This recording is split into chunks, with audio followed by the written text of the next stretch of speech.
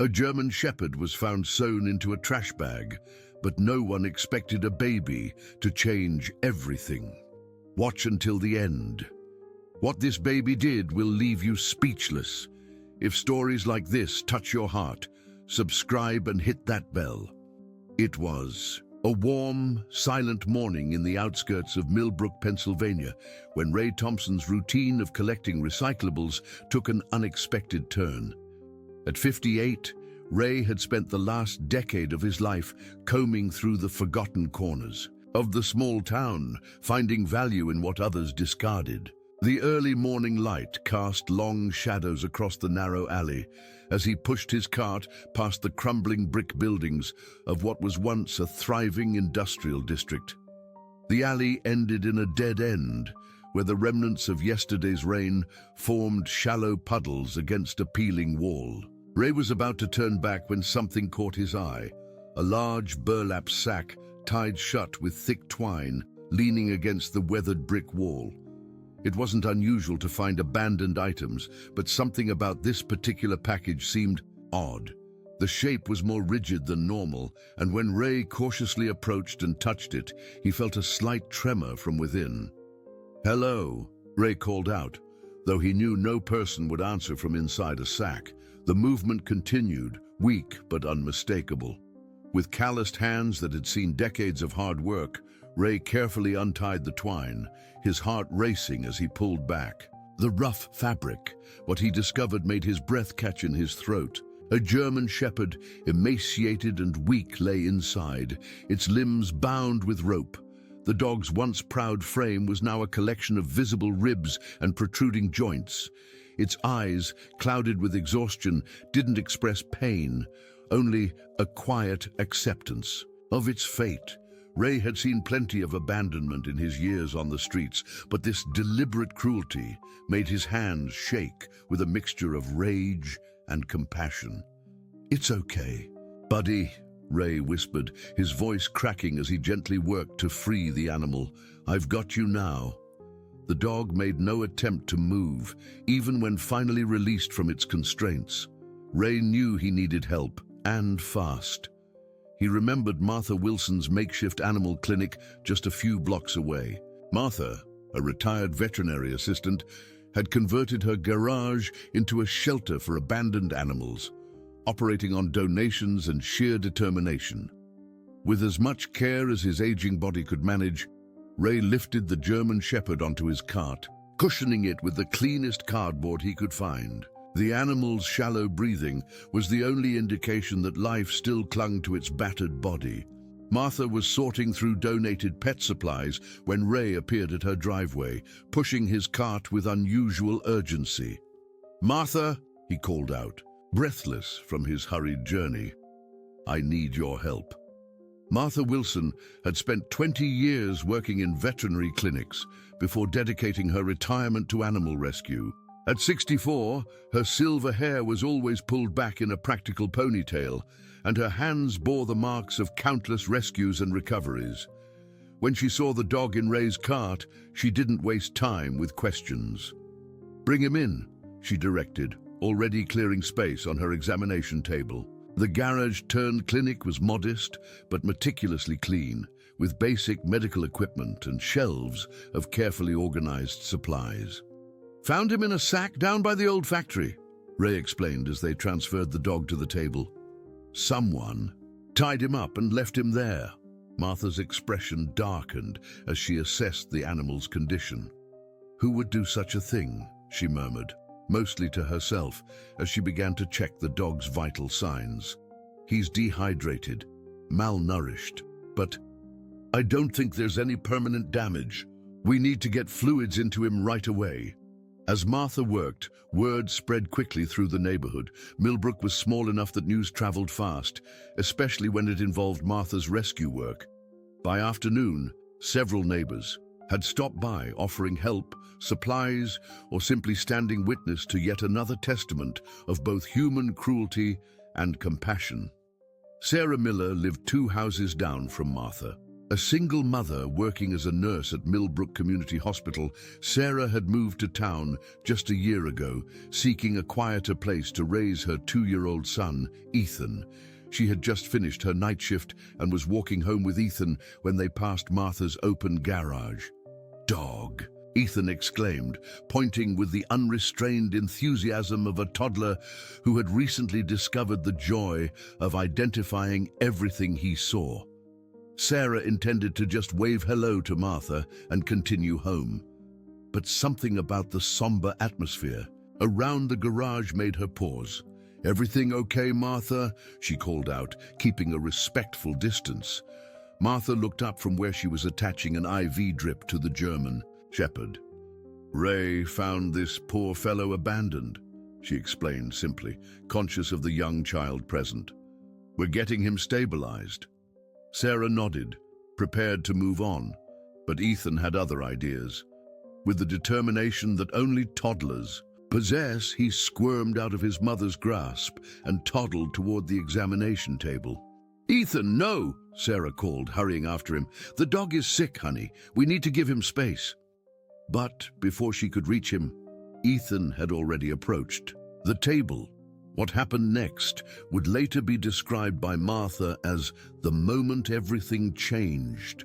The German Shepherd, who had remained motionless despite all the activity around him, slowly turned his head toward the small boy. Their eyes met, the tired, resigned gaze of the abandoned animal and the curious, innocent stare of the child. Without fear or hesitation, Ethan reached out his small hand and gently touched the dog's nose. "Sick doggy," he said, with the simple clarity of childhood. Then, to everyone's amazement, he climbed onto the stool next to the table and laid his head down next to the dog's, as if offering comfort through proximity. The room fell silent. Martha, who had initially moved to intervene, stopped in her tracks. Ray stood in the doorway, his weathered face softening at the scene, and Sarah, torn between maternal concern and something deeper she couldn't quite name, watched as her son formed an instant connection with the broken creature before them. The German Shepherd, who hadn't responded to any human touch since his rescue, slowly exhaled what sounded almost like a sigh of relief. His tail didn't wag. He was far too weak for that. But something in his eyes shifted. The resignation gave way to something else, a flicker of recognition perhaps, or the faintest glimmer of hope. One of Martha's volunteers, Jessica Hayes, happened to capture the moment on her phone. The image, a small boy with tousled brown hair lying beside a broken German Shepherd, their faces inches apart in a gesture of intuitive compassion, would soon take on a significance none of them could have predicted. "Ethan," Sarah said softly, approaching carefully. "We should let the dog rest now." But Martha held up a hand. "Wait," she said, her experienced eyes noticing something. "Look at the dog's breathing. It's steadier when your son is near." It was true. The German Shepherd's labored breathing had found a more regular rhythm, synchronized with the easy breaths of the child beside him. It was as if Ethan's presence provided an anchor, something to hold on to in a world that had shown the animal little kindness. Sarah hesitated, her medical training at odds with the scene before her. "I don't know, Martha. He's just a baby, and we don't know anything about this dog." "I understand," Martha nodded, "but sometimes healing happens in ways we can't explain. Would you mind staying just a little longer? I think your son might be the best medicine this dog could ask for right now." The days that followed marked the beginning of what Martha called a miracle in slow motion. The German Shepherd, still without a name, clung to life with the same tenacity that had kept him alive in that burlap sack. Martha's garage clinic became a revolving door of volunteers, each bringing something to contribute: donated pet food, blankets, medical supplies, and most importantly, their time and compassion. Sarah found herself returning to Martha's each day after her shifts. At the hospital, Ethan in tow. What began as a curious encounter had evolved into something neither woman could fully explain. The toddler would sit beside the recovering dog for hours, sometimes chattering in his developing language, other times simply resting his small hand on the animal's slowly healing body. "It's remarkable," Dr. James Bennett remarked during his volunteer visit to check on the dog's progress. As the only veterinarian in Millbrook, he provided his services free of charge to Martha's rescue efforts whenever possible. His physical recovery is proceeding as expected, but there's something else happening here that medicine can't account for. They all witnessed it. How the German shepherd's eyes would search the room whenever Ethan's voice could be heard, how his ears would perk up at the sound of the toddler's footsteps, how his entire demeanor would change from guarded wariness to cautious trust when the boy was near. A week into the recovery, Sarah was helping Martha change the dog's bandages when she noticed something unusual about his ear. "Martha, look in this," she said, carefully turning the ear to show what appeared to be a faded mark beneath the fur. "Could this be a tattoo?" Martha examined it closely, her expression darkening. "Yes, but not the kind you'd see from a legitimate breeder or shelter. This looks like the work of underground breeders, those who don't follow regulations or care about animal welfare." The discovery prompted Martha to contact Animal Protection Services. "If this dog came from where I think he did," she explained to Sarah, "there could be others in the same condition. We need to report this." As the investigation began, quietly behind the scenes, another development captured the community's attention. Ethan, who had been somewhat delayed in his speech development, a concern Sarah had discussed with his pediatrician just months earlier, began speaking more clearly and frequently during his visits with the dog.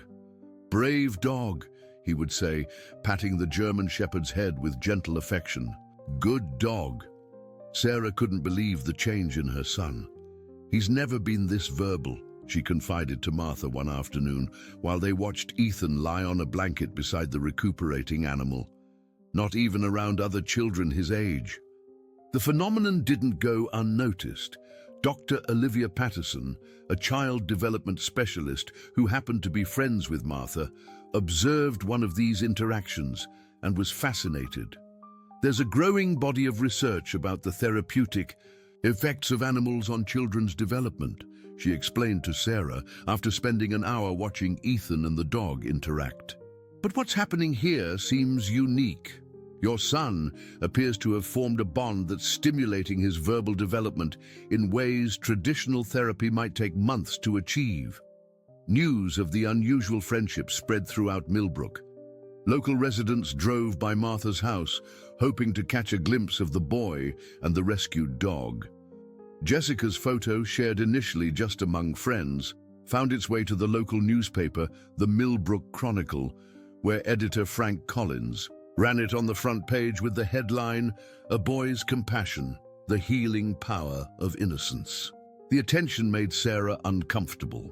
As a private person who had moved to Millbrook seeking anonymity after a difficult divorce, she had deliberately maintained a low profile.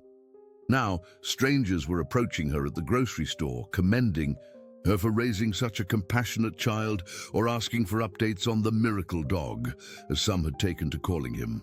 "I don't know how to feel about all this," she admitted to Martha one evening after Ethan had fallen asleep in the corner of the garage, exhausted from his day's work with the dog.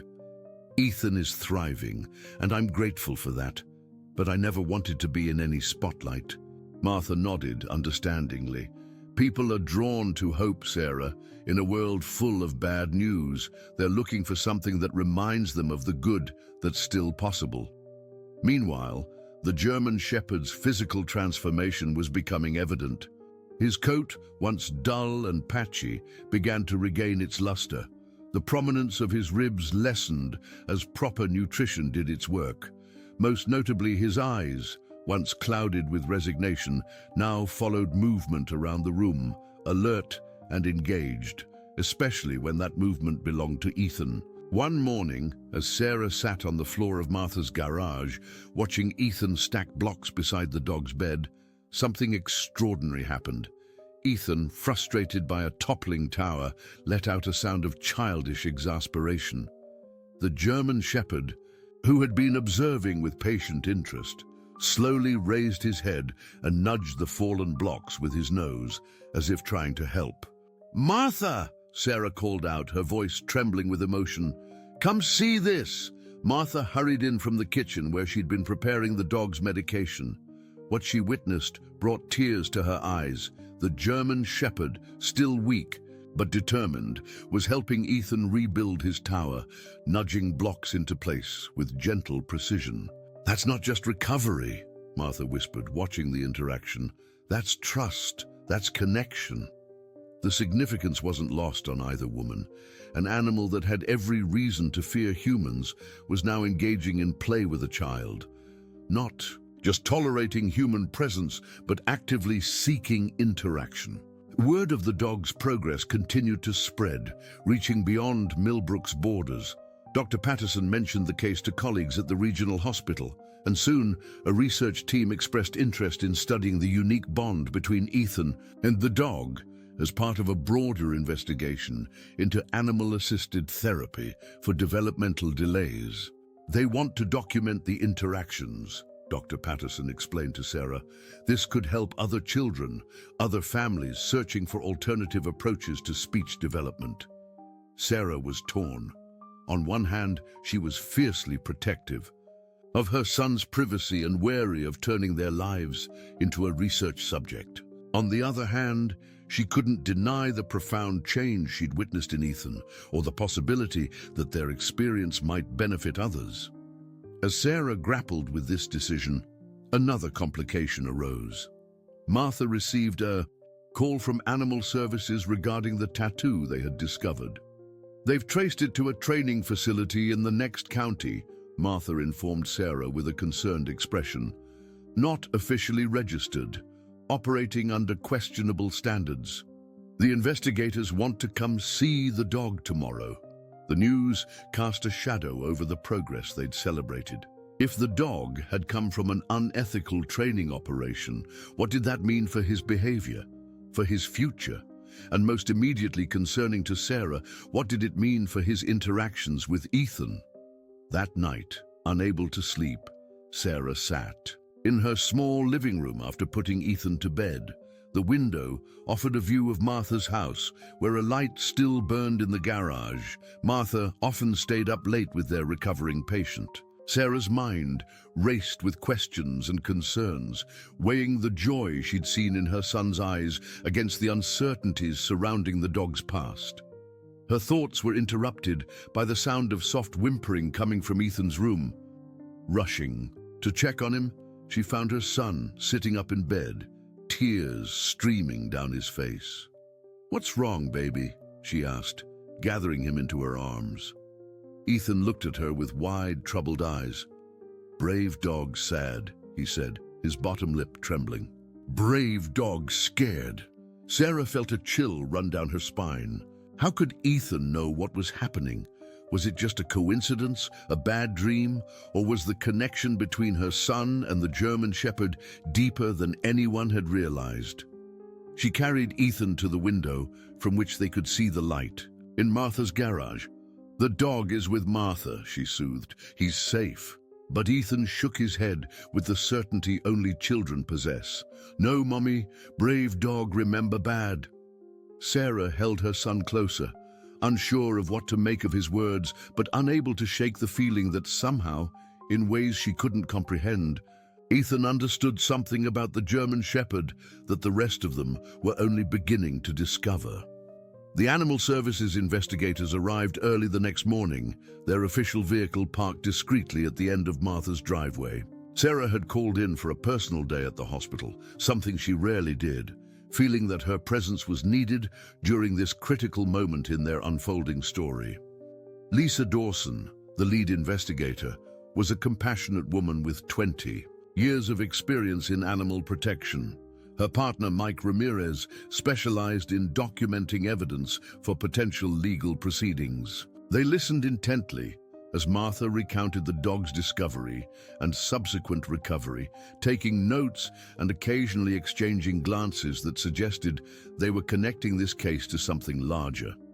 The tattoo matches the marking system used by Horizon Training Academy, Lisa finally explained, showing them photographs of similar markings on other rescued dogs. They present themselves as an elite training facility for security and service dogs, but we've received numerous complaints about their methods and the condition of their animals. Mike added, unfortunately, they've managed to stay just on the right side of the law through creative paperwork and moving operations whenever investigations get too close. The information confirmed Martha's worst suspicions. So this isn't just about one abandoned dog, she said, her voice tight with controlled anger. This is systematic. We believe so, Lisa nodded, and your rescue might be the break we've been waiting for. The condition in which this dog was found, combined with the tattoo identification, gives us stronger grounds for a formal investigation than we've had previously. As they spoke, Sarah kept one eye on Ethan, who sat unusually quiet in the corner of the garage, watching the German Shepherd.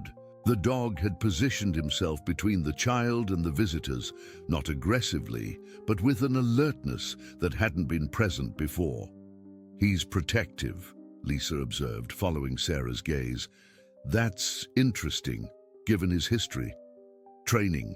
Facilities like Horizon often use harsh methods that typically result in fear-based responses, not protective instincts. The morning progressed with examinations, photographs, and detailed documentation. The investigators were thorough but gentle, clearly mindful of the dog's fragile state and the unusual dynamics they were witnessing between animal and child. As they were preparing to leave, Mike paused, looking thoughtful. There's one more thing you should know. Horizon has connections in this area. Once they learn one of their dogs has been found, they may try to reclaim him. Can they do that? Sarah asked, alarmed. After what they did to him? Lisa sighed. It's complicated. Without direct evidence linking them to the abandonment, they could claim he was stolen or ran away. They'd need to provide registration papers, of course, but they're unfortunately skilled at producing documentation when it suits them.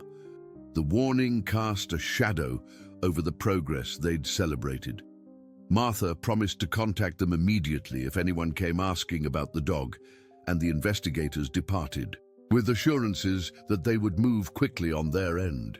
The very next afternoon, their warning proved prescient. A sleek black SUV pulled into Martha's driveway just as Sarah was arriving with Ethan after a morning at the park. A man in his 40s, dressed in expensive casual attire that suggested both money and authority, emerged from the vehicle. "Good afternoon," he called out with practiced charm. "I'm looking for Martha Wilson. I understand she may have found my dog." Sarah instinctively pulled Ethan closer as Martha stepped out of her house, wiping her hands on a dishcloth. The man introduced himself as Victor Blackwell, extending a business card that identified him as the operations director for Horizon Training Academy. "We've been searching for one of our prized German shepherds for weeks," he explained smoothly. "When I saw the article in your local paper, I recognized him immediately. Such a relief to know he's safe." Martha accepted the card with a neutral expression that betrayed none of the alarms Sarah knew she must be feeling. The dog was found. In terrible condition, she said evenly, tied up and abandoned. Victor's expression shifted to one of seemingly genuine concern. "That's shocking. He was being transported between facilities when the van was broken into. We assumed he had been taken for resale on the black market. To think someone would treat him so cruelly." He shook his head in apparent disbelief. His story was plausible, his demeanor convincing. But as he spoke, Sarah noticed something that sent a chill through her body. The German shepherd, who had been visible through the open garage door, had retreated to the farthest corner of his bed. His body was rigid, his eyes fixed on Victor with unmistakable fear. Even more telling was Ethan's reaction. The normally curious and friendly toddler was pressing himself against Sarah's legs, unusually quiet. When she looked down, she saw his small face set in an expression she'd never witnessed before, a mixture of confusion and distress that seemed far too mature for his 2 years.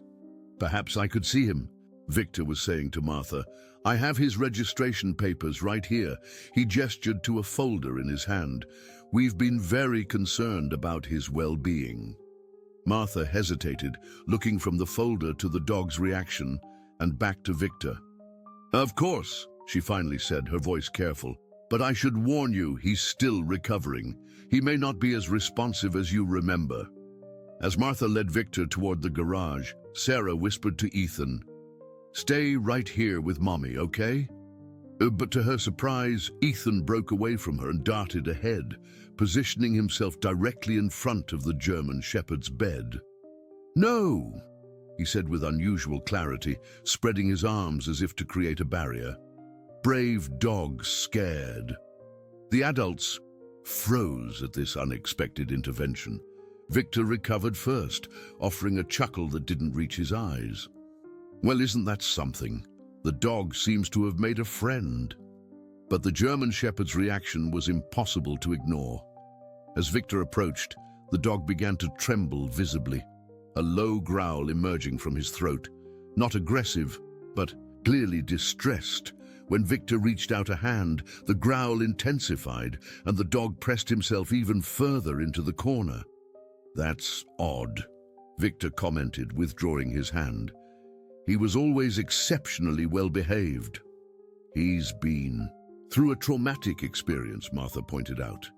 "That changes an animal." Victor nodded, but something in his expression had hardened. "Nevertheless, he's valuable property of Horizon. I've brought the necessary paperwork to reclaim him." He opened the folder, presenting documents with official-looking stamps and signatures. Martha examined the papers carefully, while Sarah remained by the garage entrance, her heart racing. There was something deeply wrong about this situation, about the fear in the dog's eyes, about Ethan's unusual behavior.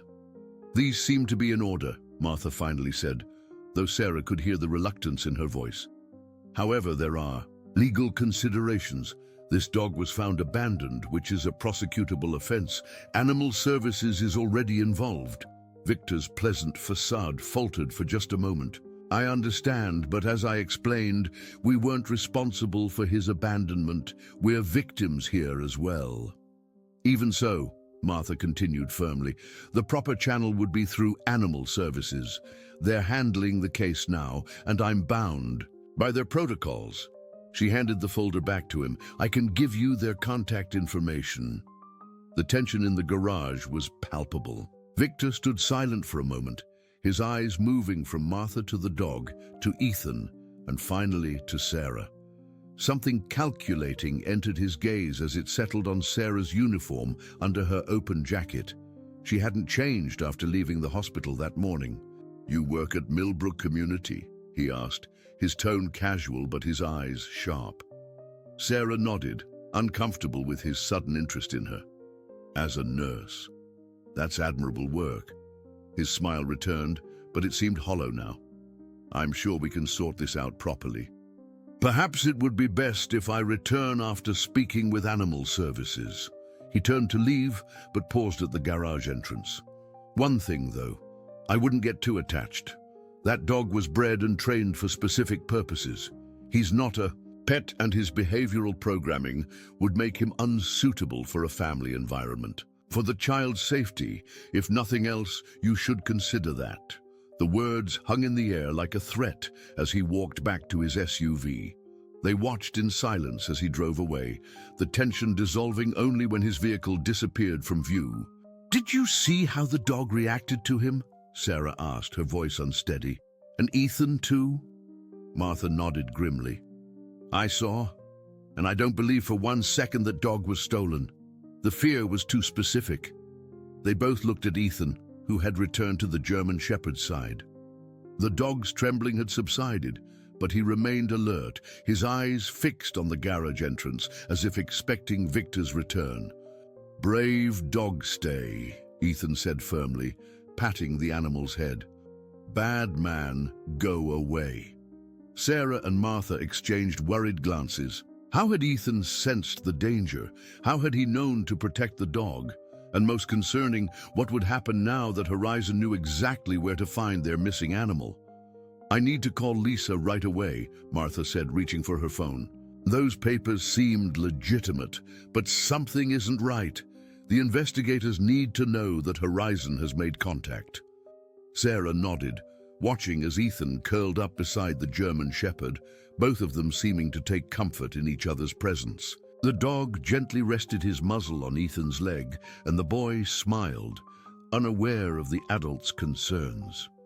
"And I need to call Dr. Patterson," Sarah added quietly. What Ethan did just now, how he responded. It wasn't normal for a 2-year-old. "I need to understand what's happening with my son." The following days passed in a state of heightened vigilance. Martha had installed a simple security camera at her driveway entrance, and Sarah found herself checking the windows more frequently, scanning the street for any sign of Victor's black SUV.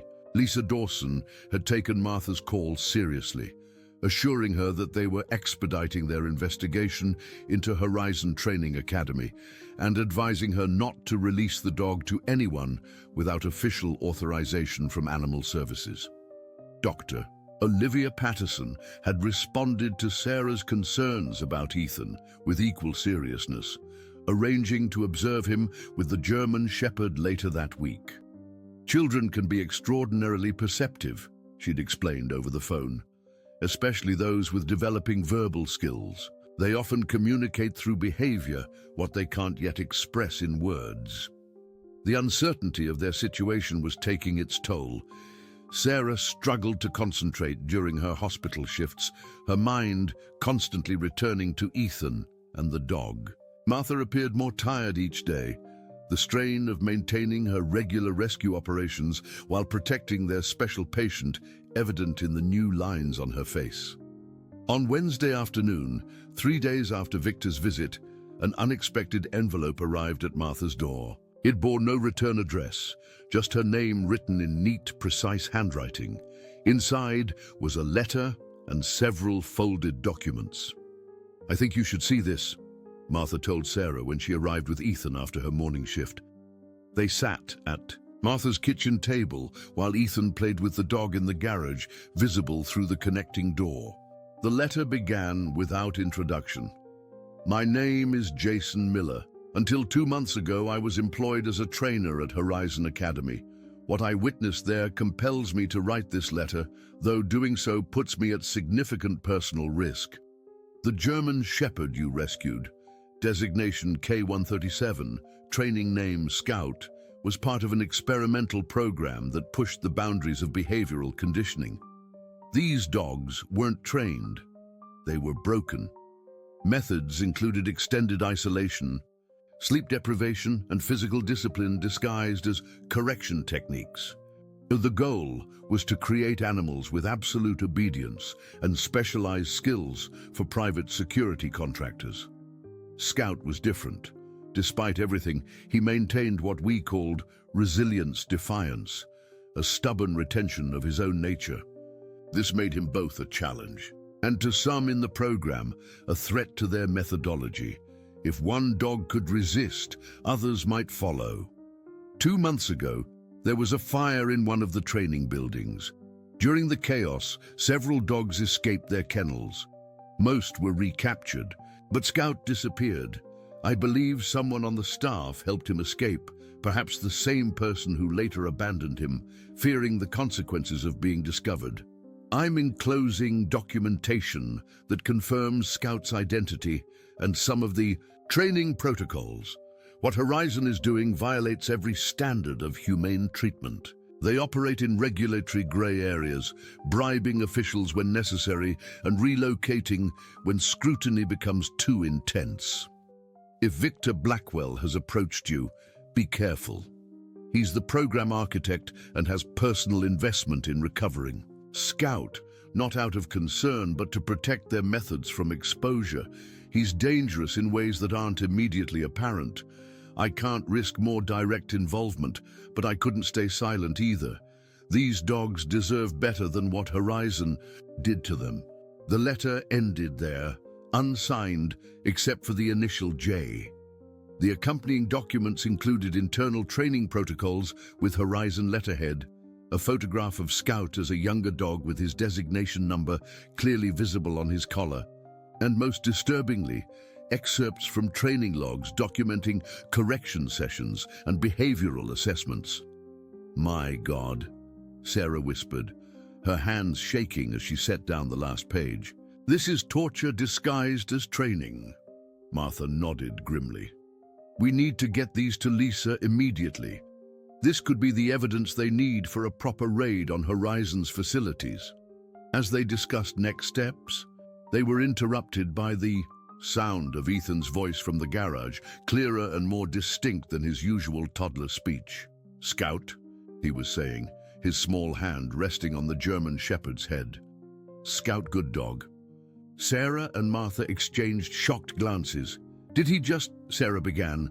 "The name," Martha confirmed. "He called him Scout, the name from the letter." They moved to the garage doorway, watching as Ethan continued to talk to the dog, using the name Scout repeatedly. The German shepherd's response was unmistakable: alert eyes, perked ears, and the first real wagging of his tail they had witnessed since his rescue. "How could he possibly know that name?" Sarah asked, her voice barely above a whisper. "The letter just arrived today. No one has said it out loud." Dr. Patterson arrived an hour later, having rearranged her schedule when Sarah called with this new development. After observing Ethan and Scout interact for 30 minutes, she sat with the adults in Martha's kitchen, her expression thoughtful. "There's a phenomenon called entrainment in developmental psychology," she explained. "It refers to the synchronization of biological rhythms between organisms, most commonly studied between mothers and infants, but it can occur in other relationships as well." She gestured toward the garage, where Ethan was now napping beside Scout, both of them breathing in the same slow, steady rhythm. "What I'm seeing between Ethan and this dog goes beyond the usual animal-child bond. They appear to be communicating on a level that doesn't rely on conventional language." "But how did he know the dog's name?" Sarah pressed. "It's not something he could have guessed." Dr. Patterson shook her head. "I don't have a scientific explanation for that. Some might call it intuition, others might suggest a form of perception we don't yet understand. What I can tell you is that Ethan's verbal development has made remarkable progress in a very short time, and his emotional recognition skills are testing well above his age level." "So this connection is helping him?" Sarah asked, seeking reassurance amid her confusion. "Undoubtedly," Dr. Patterson confirmed. "Whatever is happening between them, it's beneficial for Ethan's development, and, from what I can observe, for Scout's recovery as well." The conversation was interrupted by the sound of car doors closing outside. Looking through the window, they saw Lisa Dawson and 2 uniformed police officers approaching the house. Martha met them at the door, ushering them into the kitchen, where she immediately shared Jason's letter and the accompanying documents. Lisa read through them quickly, her experienced eyes recognizing the significance of what she was seeing. "This corroborates information we've been gathering," she said, passing the documents to one of the officers. "We've had another former employee come forward with similar allegations, but until now, nothing concrete enough for a warrant." She looked at Sarah and Martha with newfound urgency. "I need to get these to our legal team immediately. With this evidence, we can move against Horizon much more effectively." She paused, her expression softening as she glanced toward the garage, where Ethan and Scout were still sleeping. "In the meantime, you should know that Victor Blackwell filed a formal claim for the dog yesterday, citing theft of valuable property. He can't take Scout. Sarah said immediately, surprising herself with the force of her conviction. You've seen the evidence of what they did to him. I agree, Lisa assured her. Based on this new information, I'll be recommending that his claim be denied pending investigation. But I should warn you, Blackwell has connections and resources. He's not likely to give up easily. After Lisa and the officers departed with the evidence, Sarah, Martha, and Dr. Patterson sat in troubled silence, each processing the implications of what they had learned. What happens now? Sarah finally asked, directing her question to no one in particular. Martha sighed heavily. Now we wait for the legal process to work while keeping Scout safe. And Ethan, Sarah's voice cracked slightly. What do I tell my son if someone tries to take away the dog he's bonded with so deeply? Dr. Patterson reached across the table, covering Sarah's hand with her own. Children are remarkably resilient, Sarah, but so are mothers. She squeezed. Gently. Whatever happens, you'll find the right words. That evening, after returning home with Ethan, Sarah received an unexpected call from Frank Collins, editor of the Millbrook Chronicle. Ms. Miller, I apologize for contacting you directly. He began, his normally confident voice uncharacteristically hesitant. But something concerning has come to my attention that I felt you should know about immediately. He explained that a representative from a public relations firm had contacted the newspaper that afternoon, offering to purchase all rights to Jessica's photograph of Ethan and Scout, as well as any other images they might have. When I asked why they were interested, they mentioned creating materials for a community outreach campaign about responsible pet ownership. Frank continued. But something about it felt off. When I declined, they suggested a rather significant sum, well above market value for local news photography.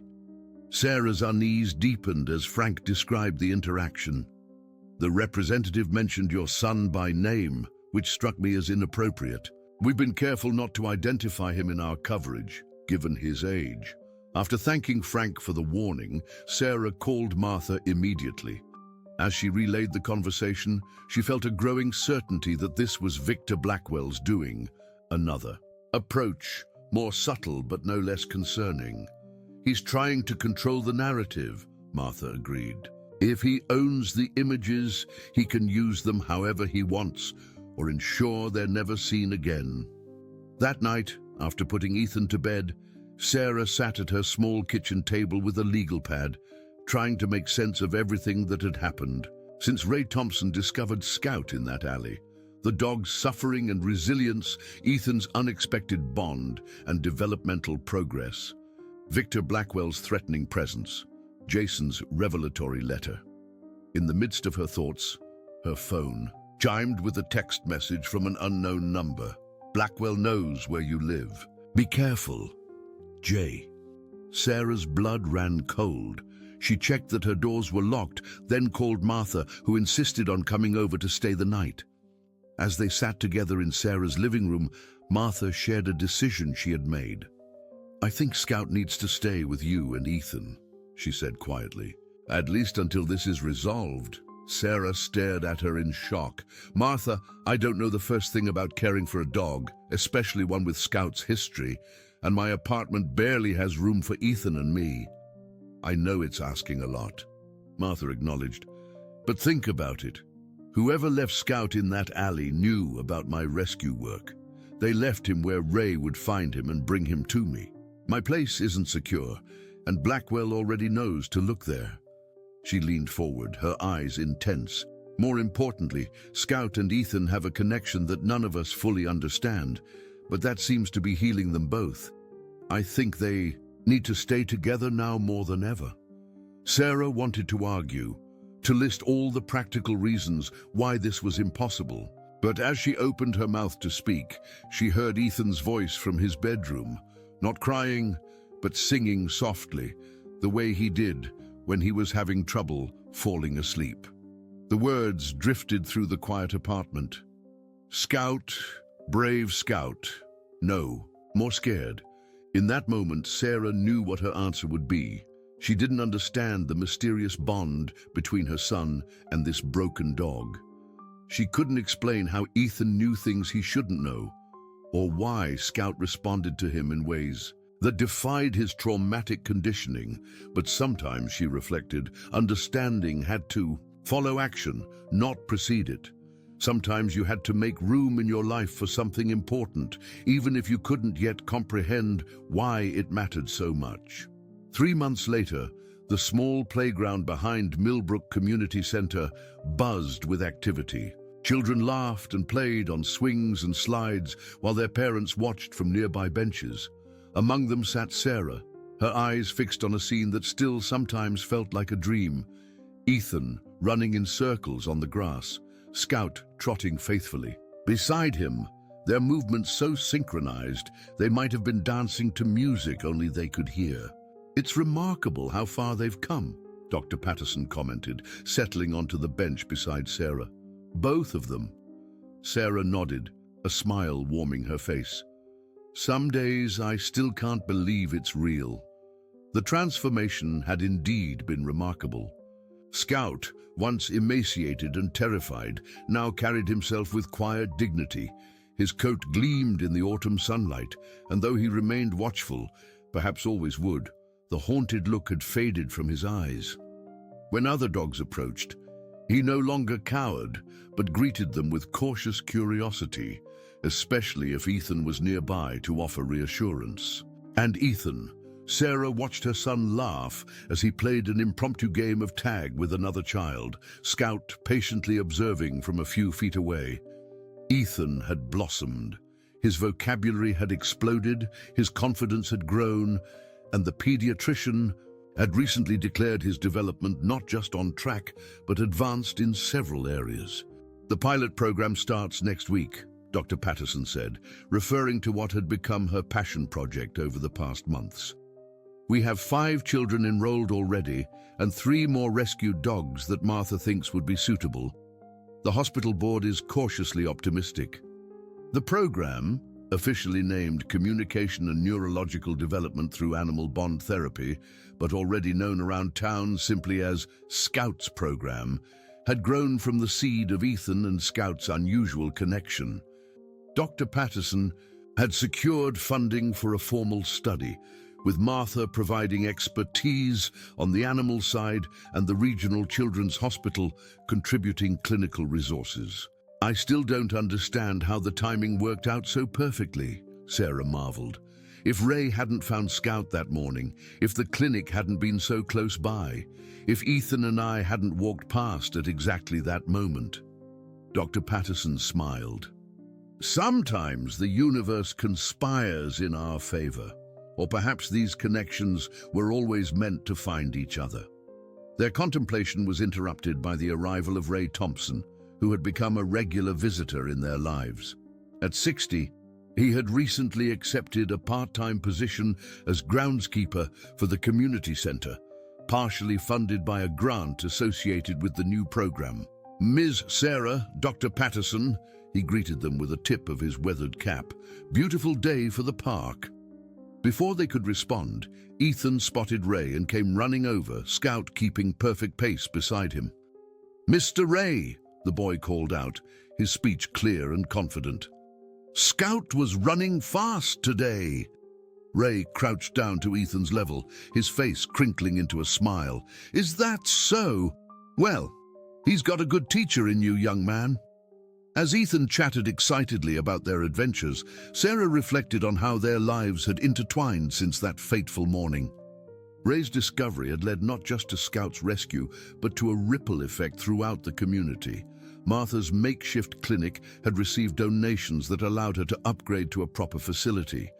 The local animal shelter had implemented new protocols for identifying and rehabilitating traumatized animals. Even the Millbrook Chronicle had benefited, with Frank Collins's coverage of the story earning recognition from national publications.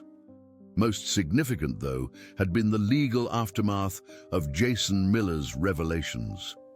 Lisa Dawson and her team, armed with the evidence Jason provided, had executed a warranted search of Horizon Training Academy just 2 weeks after Scout came to live with Sarah and Ethan. What they discovered there had led to multiple charges against Victor Blackwell and several associates, the rescue of 17 dogs in various states of physical and psychological distress, and an ongoing investigation into corruption within certain regulatory agencies. Victor's attempt to claim Scout as property had been summarily dismissed by the courts, and Scout had been officially adopted by Sarah, a moment marked by a small celebration in her apartment, with Martha baking dog treats shaped like stars, and Ethan solemnly placing a new collar around Scout's neck.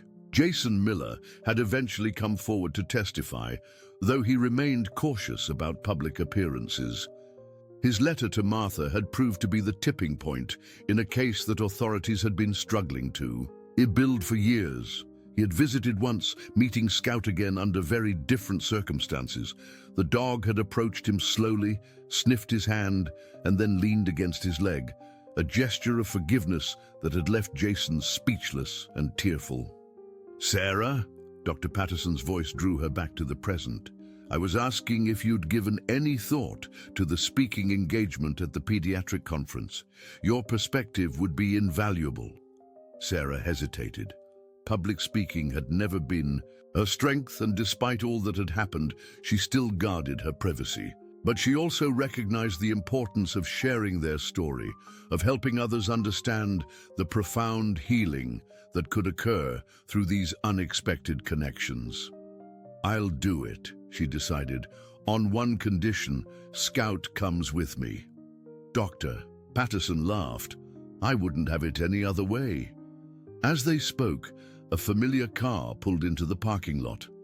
Martha emerged, carrying a large portfolio and wearing the slightly harried expression that had become her norm since the expanded rescue operation began. She waved when she spotted them, then made her way across the playground. "Sorry I'm late," she called as she approached. The architects had questions about the new rehabilitation space, and then the grant committee called about budget revisions. She sat heavily on the bench, setting her portfolio aside. "Sometimes I miss my quiet garage." They all knew she didn't really mean it.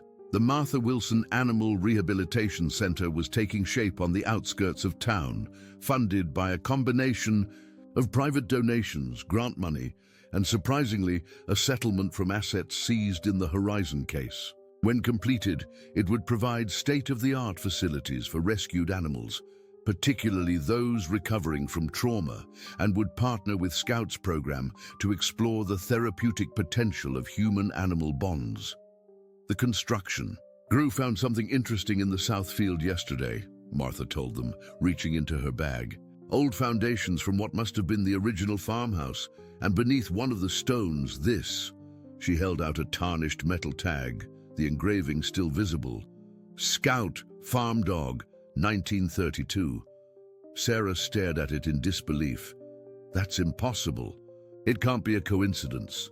Martha shrugged, a mysterious smile playing at her lips. "Maybe not coincidence, maybe continuity. The land remembers even when we forget." The philosophical moment was broken by Ethan's return, Scout still faithfully at his side. "Mommy, can we get ice cream? Mr. Ray says it's ice cream weather." Sarah laughed, gathering her son into a hug. "Yes, it definitely is ice cream weather." As they packed up to walk to the nearby ice cream parlor, a ritual that had become their Saturday tradition, Sarah found herself reflecting on the journey that had brought them here. From a burlap sack in an alley to a thriving program that would help countless children and animals. From fear and uncertainty to a newfound sense of purpose and community. The path hadn't been straight or easy. The legal battles had been stressful, the media attention unwelcome at times, and the adjustment to life with Scout challenging in ways she couldn't have anticipated. There had been sleepless nights when Scout's trauma manifested in whimpers and restless pacing, and moments of doubt when Sarah questioned whether she was equipped to handle all that had been placed in her care. But there had also been moments of profound joy. The first time Scout relaxed enough to fall asleep on their living room floor, Ethan reading aloud from his picture books, using new words with confidence. The day Scout barked playfully during a game of fetch, as if suddenly remembering he was, after all, still a dog. As they walked toward the ice cream parlor, Sarah watched Scout move smoothly beside Ethan, alert but at ease, a guardian who had found his purpose. The connection between them remained something science could study, but perhaps never fully explain, a bond formed in the crucible of vulnerability and resilience. Dr. Patterson had recently used the term mutual rehabilitation to describe what she observed between them. They each recognized something in the other, she had explained. A kind of shared experience that transcends their obvious differences. Ethan's developmental challenges and Scout's trauma created a space where they could meet each other with perfect understanding. The ice cream parlor had become Scout-friendly since their story became known around town. The owner, Mrs. Henderson, even kept special dog-friendly frozen treats behind the counter. As they approached, she waved through the window, already reaching for her scoop. "The usual for everyone?" she called as they entered, the bell above the door announcing their arrival. Ethan nodded enthusiastically. "Chocolate for me, vanilla for Mommy, and Scout's special." As they settled at their regular table by the window, Sarah found herself making eye contact with a woman sitting alone in the corner. The woman quickly looked away, but not before Sarah recognized the mix of curiosity and hesitation. In her eyes, the look of someone who knew their story but was unsure about approaching. It happened often now. People recognized Scout or Ethan or both together. Some wanted to share their own stories of rescue or connection. Others simply wanted to witness what they had heard about, the special bond between a boy and a dog who had saved each other. Sarah had learned to navigate these encounters with grace, understanding that their story had become something larger than themselves. But she also maintained boundaries, protecting the private core of their relationship from becoming merely a public narrative. Mrs. Henderson brought their ice cream, including the frozen yogurt treat for Scout, who accepted it with gentle manners that belied his difficult past. "There's something I've been meaning to tell you," Martha said as they enjoyed their treats. "Jason called yesterday. He's been offered a position with a national animal welfare organization, developing standards for ethical training practices. They want him to use what he learned at Horizon to help prevent similar abuses." "That's wonderful," Sarah replied sincerely. Despite his initial involvement with Horizon, Jason had proven himself a crucial ally and a man genuinely committed to making amends, turning pain into purpose. Martha nodded thoughtfully. "That seems to be the theme for all of us, doesn't it?" As they finished their ice cream, Ray mentioned that the community center was planning an autumn festival. "They're hoping Scout and Ethan might do a little demonstration," he said. "Nothing fancy, just showing how they work together. Good publicity for the new program." Sarah considered this carefully. They had declined most public appearances, but the community center had been supportive from the beginning, and the event would be small and controlled. "What do you think, Ethan?" she asked, involving her son in the decision as she had increasingly done. "Would you and Scout like to show people how you play together at the festival?" Ethan looked at Scout, his expression serious, as if consulting his companion. Scout returned the gaze steadily, his tail sweeping once across the floor in what Sarah had come to recognize as his gesture of agreement. "Yes," Ethan decided. "We can show them. Scout is brave now." Later that evening, as Sarah tucked Ethan into bed with Scout settled on his own bed nearby, her son asked the question that had become part of their nightly ritual. "Tell the story, Mommy, about how Scout came home." Sarah smiled, sitting on the edge of the bed. "Once upon a time, a kind man named Ray was collecting treasures that other people had forgotten, and he found the greatest treasure of all, a brave dog who was lost and waiting to be found. She recounted their story, simplified for a child's understanding, but true in all the ways that mattered. She watched Scout listening, his eyes reflecting the same peaceful attention he always showed during this ritual. Sometimes she wondered if he understood the words, or if he simply took comfort in the familiar cadence of her voice, telling the tale of his rescue. When she finished, Ethan was already drifting toward sleep, but Scout remained alert, his gaze steady on her face. "You understand, don't you?" She whispered to him when Ethan's breathing had deepened into sleep. "You understand what you've done for us." Scout rose from his bed and moved to her side, pressing his head gently against her hand, an eloquent response that required no translation.